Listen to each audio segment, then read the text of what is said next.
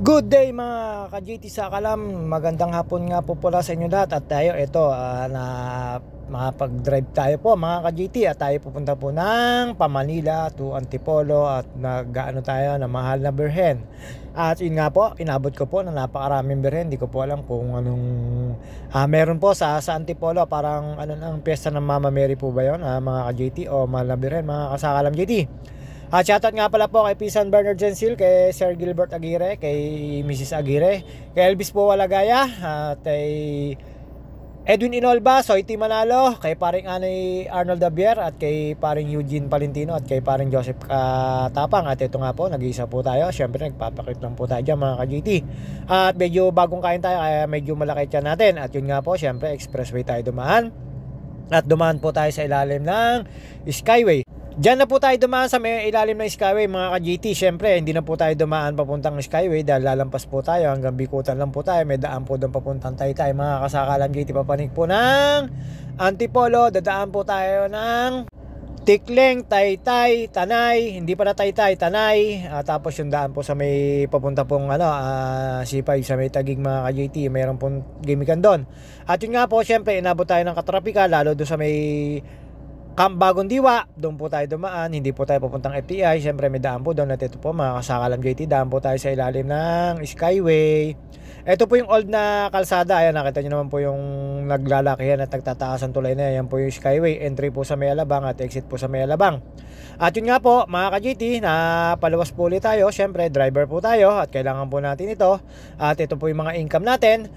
Dito po tayo nakuha ng pangbuhay ko sa sarili ko. Siyempre being single, sa pag-iisa, wala pang isang dibdib mga ka-GT. Sa mga nagbabalak dyan, wag na po kayo magbalak kasi gusto ko ako may balak. De joke lang po. Ayan, nasa ilalim po tayo ng entry na yung Skyway. Ayan, kaliwat kanan po yung isang going to south, isang going to north. Yung po nasa kanan going to north, yung isang nasa kaliwa po ay going to south. Ibig sabihin na pa-exit po yan ng papuntang Laguna, Calabarzon. At yung pong nasa kanan na yan ay papasok naman po yan papuntang Valenzuela, Manila, lahat po yan, Balintawak. At yun nga mga ka-JT, syempre kahabaan na to, na-miss ko rin po to, ilalim na to. Ito po talaga yung dating daan pa na papunta ho kayo ng Maynila. Ito po yung Sukat, Bikutan, Nicol, C5. Ito po yung mga old na kalsada. Pero napakalapad na rin po ito ng kalsada na to. At yun nga po, syempre exit po tayo ng Bikutan at doon po tayo dada sa may Camp Bagong Diwa. At meron po doon mga kulungan, alam nyo naman po yon. Siyempre mga ka-GT, ang una po natin pag-exitan dito ay Sukat, pero hindi po tayo tumabi sa may Sukat. Sa papunta po tayong Bikutan, tapos pag in-straight nyo po to ay papunta naman po kayong C5 at Magallanes exit mga ka-JT. Basta dire-diretso lang po yan na anong na yan. Pero pag di po kayo dumaan sa Skyway, syempre may mga exitan po sa Skyway. Dito naman po wala naman po mga nanguhuli dito. Pero malimit na po ngayon may mga Skyway Patrol at Highway Patrol dito sa NLEX tuloy eh. Marami na po mga patrol dito kaya ingat-ingat po tayo. Syempre may mga overspeeding na pong pinatutupad data po dito mga ka-JT. Pero syempre hindi naman po tayo nag-overspeeding. At ito nasa left lane pa tayo sa fast lane kasi gawa ng ang tawag dito, wala pa naman po tayo sa mismo exitan na after pa po ng Sukat tsaka po tayo magra-right turn para mag-slow down para exit po ng Bikutan. Ayun nga po, pag exit po natin ng Bikutan, yung kahabaan po ng Camp Bagong Diwa, simula po doon sa exit hanggang sa pagbaba ng Bagong Bayan hanggang sa pagpapunta po ng Taguig mga ka-JT. Pero yung alam ko, pagkakalang ko sa kumpara rin po ng Taguig ng Bagong Bayan na yan mga kasakalam JT. At ayan po, syempre mga ka-JT, at medyo nakadama na po tayo ng traffic dito. Gawa ng po kahit po Sabado ngayon, medyo may traffic na rin po talaga. At shoutout nga pala po kay Kian Villanueva, Kuya Chris Garbida, tapos Benok Lansanas at kay Paring Bullet Alcantara, kay sa asawa ni Paring Bullet at sa mga anak, tsaka kay Paring Michael Kiliti, shoutout sa inyo. At Teya Kitchenamics, saka kay Elvira, yung mga nagbibigay sa akin ng supply ng pagkain, bukas meron na. At may kay Paring Ron Cari San Valentin, ito kahabaan na po ito ng sinasabi kong Camp Bagong Diwa. Napakalapad na po, pero pagdating po sa stoplight mga ka-GT, medyo mag-ano po dyan, mag-iimbudo, kaya medyo napakahaba po ng traffic dito. Tapos napaka-ikli pa po nung stoplight niya mga ka-JT. At ayan po mga kasakalam JT, syempre tayo dire-diretso lang po dyan hanggang sa makarating po tayo sa may Taguig Lakeshore. Tama po ba ang pagkakaano ko dyan? Basta meron pong tinatambayan po rito na libre. Ayan po yung sinasabi ko sa inyo, wala na po yung ano nila dyan, yung marking. Hindi ko po alam kung nasa na po, basta dati lagi po meron dyan, ano dyan, Lakeshore, Taguig mga ka-GT. Basta yung nasa kanan na yan, dagat na po yan, na tinambakan. Tapos meron po mga ano dyan, tambayan, parang basta Lakeshore kung tawagin mga kasakalam GT, lalo pagka Pasko. Itong kahabaan na to, ayan, nasa kanan na yan, mga pula na yan mga ka-GT, meron po dyan, pero libre lang po yan. Napakasarap po dyan sa train, lalo po yung train dyan libre. Tapos yung gimikan, may mga kainan po dyan, lalo pagka magpapasko po. December po nagsisimula yan, lagi po kami natambay dyan. Lagi ko pong ano, sa mga nauna kong vlog or video mga ka-GT. At yan po, dire-diretso lang po ito. At susundan nyo lang po yung mga sasakyan dito. Pero syempre wag nyo pong babanggain, dire-diretso lang po yan. Labas po nito ay sa may Taytay. Doon po sa may Taytay na merong wholesaler na mga binebentang damit, short, jogging pants. Marami po rito sa may Taytay dito. Marami pong dito parang tiyanggi-tiyangge mga kasakalam GT. At yun nga po, syempre hindi naman po tayo hindi naman po tayo namili dito at dumaan lang po tayo, lalo doon sa may papuntang Taytay Market. Makikita nyo naman po yung dadaanan ko mamaya. Ito po syempre itong kahabaan na to mga kasakalam GT. Makikita nyo po rito mga tulay-tulay, tapos may mga traffic. Makikita nyo po dito yung mga letra ng Taytay na welcome na. At ito po mga ka-GT, sinasabi ko, ayan, may mga kainan po dyan. Ayan po yung may makikita po kayo mga letra-letra na Taytay. Ibig sabihin, welcome to Rizal na yan. Rizal na po nakakasakop dito mga kasakalam GT. Pagkakaalam ko po hindi po ako perfectong tao, pero ang pagkakaalam ko po, pag narating nyo po itong welcome Taytay na to, Rizal na nakakasakop dito mga kasakalan GT. Medyo korba-korbado lang dito, ingat po tayo, ang daming ano po rito. Ayan, yung sinasabi ko sa inyong Taytay na yan. Marami lang po dito mga motor na syempre pasingit-singit, kaya medyo ingat lang po tayo dito. Marami po di syempre dyan, mga nabiyahe po yan. Alam nyo naman po, kung may road rage, ingat na lang po tayo. At haba ng pangunawa at pasensya na lang po ang gawin natin dito sa kalsada mga GT, kagaya po ng ginagawa ko. Pero sana naman wag dumating sa akin ng road rage at abala lang po yon or accident. Sana makaiwas po tayo lahat. At yun nga po, pag nasa kalsada ka, hindi mawawala yon. At yung kahabaan na yan, medyo mainit po. Nakita nyo naman po yung panahon. Pero pagdating po sa may Antipolo, medyo makulimlim po. Kala ko po uulan. Hindi ko po alam kung piyesta na Marlabir rin. Basta ang dami po dito sa Antipolo, na sa simbahan ng Antipolo. Kaya syempre tayo nag-pray na rin at nagsimba.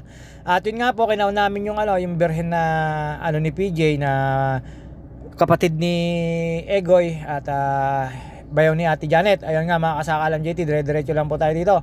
At sa Padya Colero, shoutout sa inyo, sa mga katropa natin, kay Pisa Elmer, kay Parin Darwin, kay Sir Alex Nyola, sila, kay Pinsan Chino Martinez, shoutout sa inyo. Sana matuloy na tayo. Pag di Skyline, sana magpunta tayo ng papuntang Mount Pulag o Tinok ulit mga kasakalam. Kaya ito, medyo nagpa-practice po tayo. Medyo malayo na, medyo malapit na po yun. Malayo Oy, sorry po, tao lang, nagkakamali. At yun nga po, napasarap po tayo ng kain. Bumili po tayo ng mga ube pandesal, tapos tsaka po yung toasted siopaw. Napasarap po tayo ng kain. Pero syempre diet na ulit tayo. Kailangan natin mag-maintain ng diet dahil susunod na po yung ating paliga. Pagkakalam ko, mahirap po mabigat. Tapos ayan mga ka-JT, medyo dumaan po tayo dito. Ito na po yung sinasabi ko sa inyo na public market ng Taytay. Paglampas po dito, syempre papuntang Tikling, at pinagbigyan lang po natin yung nagdi-deliver na yan. At papuntang Tikling, mga kasakalam JT, at ayan po yung pinaka nila, palengke. Marami po nabibili po rito. Syempre dire-diretso lang po tayo mga kasakalam JT. At pagkalampas po natin sa palengke, ito na po yung papuntang Tikling. Nadadaanan nyo po dito yung isang mall na Taytay MS. Alam nyo na po yun kung ano yun, kulay blue yun. Binaliktad ko lang po yung letra para hindi naman po tayo ma-restrict mga ka-JT. At yan, dire-diretso lang po tayo mga kasakalam JT, at hindi na po tayo magtatagal dyan. At liliko na po tayo papanik ng Antipolo, Tikling. At yung po yung dinaanan natin. Pagdating po sa may circle ng Tikling, mga ka-JT, kakanan lang po tayo. Ibig sabihin nun, papanik na po tayo ng Antipolo. Ayun na po yung way na papuntang Teresa, papunta pong Antipolo, Hinulugan, Taktak. May mga daan din po rito na papuntang Sumulong, pero dun sa kabila meron po sa may Kogyo, sa may Marikina, meron pong daan. Pero ito, yung daan na to, syempre mga ka-JT, shortcut to kung manggagaling ka ng Calabarzon. Pero kung manggagaling ka Manila, doon ka po dadaan sa may Sumulong, o kaya dito sa may Rosario. May daan din naman po sa may Rosario. Depende na lang po sa gusto nyong daanan, sa mga may alam. Syempre ako merong alam kung saan napapadali. At yun nga po, galing kami ng Laguna or Calabarzon mga ka-JT. At ayan mga kasakalam JT, pagkatapos ko po dyan, makalampas po dyan sa mall na yan, Ang susunod po dyan ay tikling na at namarting kanan na po tayo dahil makikita ko na po dyan yung circle at kakanan na po tayo. Makikita nyo naman po dyan yung isang kainan na merong bubuyog. Pag nakita nyo po yung merong bubuyog na yan mga ka-JT, pakanan na po tayo dyan. Pa-after po nya mga 500 meters, pakanan na po kayo dyan. Tikling po yan, tapos pakanan na po tayo. Papaling na po yan ng Teresa to papuntang Antipolo, to Inares mga ka-JT. Pero syempre hindi naman po tayo magtatagal dyan. At yun nga po ay kukunin lang po natin yung Mama Mary para ihatid sa Antipolo. At yun nga po mga kasakalam JT, at nagulat po ako na napakarami po Mama Mary nung pagpasok namin sa Antipolo. At syempre kanya-kanya pong pabaganda ng Mama Mary o Birhen ng ano, basta hindi ko po alam kung anong tawag, basta syempre puro Birhen po nakikita ko mga kasakalam JT. Napakaganda po, kapagandahan na pabonggahan po ng mga damit. May nakita po kulay pink, kulay maroon, kulay violet, basta iba po. Tapos meron mga Birhen parang Nazareno. Ito papalink lang po tayo, makikita nyo po dito may welcome Antipolo po rito. Tapos after po nun sa may welcome Antipolo, sa pangalawang kurba, sa pangalawang one way, makikita nyo naman po yung letra ng Antipolo malalaking kulay pula. At pagdating ko po ng Antipolo, lalo po nung inabot na ako ng gabi, mga kasakalam JT, tayo kumain ng mga kwek-kwek, tapos mga tuhog-tuhog. Napasarap po tayo at napakasarap ng sarsa. At ito po makikita nyo mga ka-JT, ayan po yung welcome Antipolo. At ayun nga po, pagka nakita nyo na po yan, ibig sabihin nalalapit na ho kayo sa papuntang talaga ng Antipolo Church mga ka-JT. Malalampasan nyo po dyan sa may pangalawang ano ba tawag dito, one way. Ayan po yung makikita nyo, yung Antipolo na yan. Pag nakita nyo na po yan, ibig sabihin napapalapit na po talaga kayo. Medyo ilang kilometro na lang po yan, depende naman po kung pakaliwa kayo o pakanan mga ka-JT. At ayun nga, ito na nga po, nakita nyo naman po yung mga tawag dito, mga mahal na Birhen mga ka-JT.